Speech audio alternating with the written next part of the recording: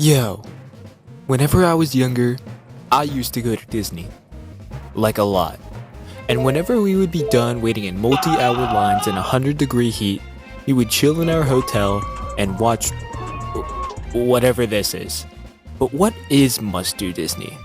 Well, it was pretty much a guide to the best stuff you could do at Walt Disney World. Hosted by Stacey J. Aswad, it would play 24/7 on the resort's hotels from 2009 to 2021, which was around the time I mainly went. It covers all 4 of the main theme parks, as well as the 2 water parks and Disney Springs. So in this video, I'll be breaking down what made this video loop magical, and telling you what happened to it after 2021. We start our journey at the Magic Kingdom, which has 6 major lands: Adventureland, Tomorrowland, Frontierland, Fantasyland, Storybook Circus, and Main Street USA. I don't know. It is the smallest of all the parks, and it also probably gets the biggest lines. Some cool attractions here are the 3 mountains, as well as Mine Train and It's a Small World. And the must-do attraction here, according to Stacey, is Splash Mountain. Which makes sense. I would have gone a little bit of Big Thunder Mountain Railroad, but like, it's still okay. Can a robot write a symphony? Can a robot turn a canvas into a beautiful masterpiece? Epcot is split off into two different areas, and these are World Showcase and Future World. World Showcase is basically if a bunch of countries settled in Central Florida for some reason, and Future World is, well, a bunch of stuff related to the future. I mean, this was Walt Disney's vision of the future, so it does make sense. Some cool attractions here are Frozen Ever After, as well as Test Track and Spaceship Earth, with the must-do for this park being Test Track. Whenever I went here, the only thing I would spend my money on was the overpriced Pokemon cards, and I still wake up in a cold sweat every morning because of it. What? 6 of them here. They're beautiful. They go down to the bottom, they get stone, and they go down to the bottom, they get a sea. I don't want to hear any more of them. They turned against me. I hate them. Anakin, my allegiance is to the Sea Otters. Then you're my enemy. I will do what I must. You will try. I've always felt that Hollywood Studios was a bit more different than the rest of the parks. It feels like I've stepped into a more dystopian land, if that makes sense, especially with rides like Tower of Terror and Rock and Roller Coaster.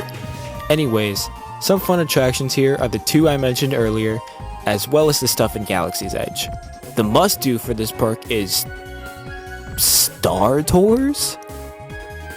I mean, before Galaxy's Edge, there was like no rides in the park, so I guess that makes sense.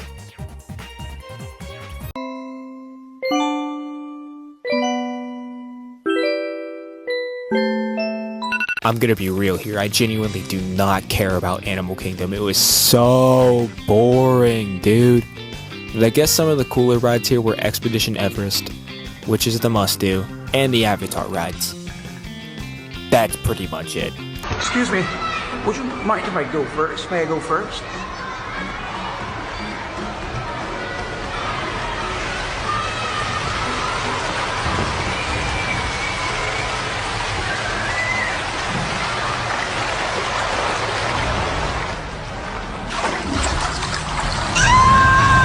Whenever I was younger, I didn't really go to the water parks just because the actual theme parks are way better. But I did go to Typhoon Lagoon once, and it was fine, but nothing really too amazing. The wave pool's insane though. Now about Disney Springs, that's peak. If I went today, it would probably be my favorite of all the parks due to all the shopping and eating to do. Some of my favorite stores were Goofy's Jelly Beans, as well as the Lego store. In 2020, due to the uprise of COVID, most of the footage was outdated as it was filmed pre-COVID and didn't have any safety protocols.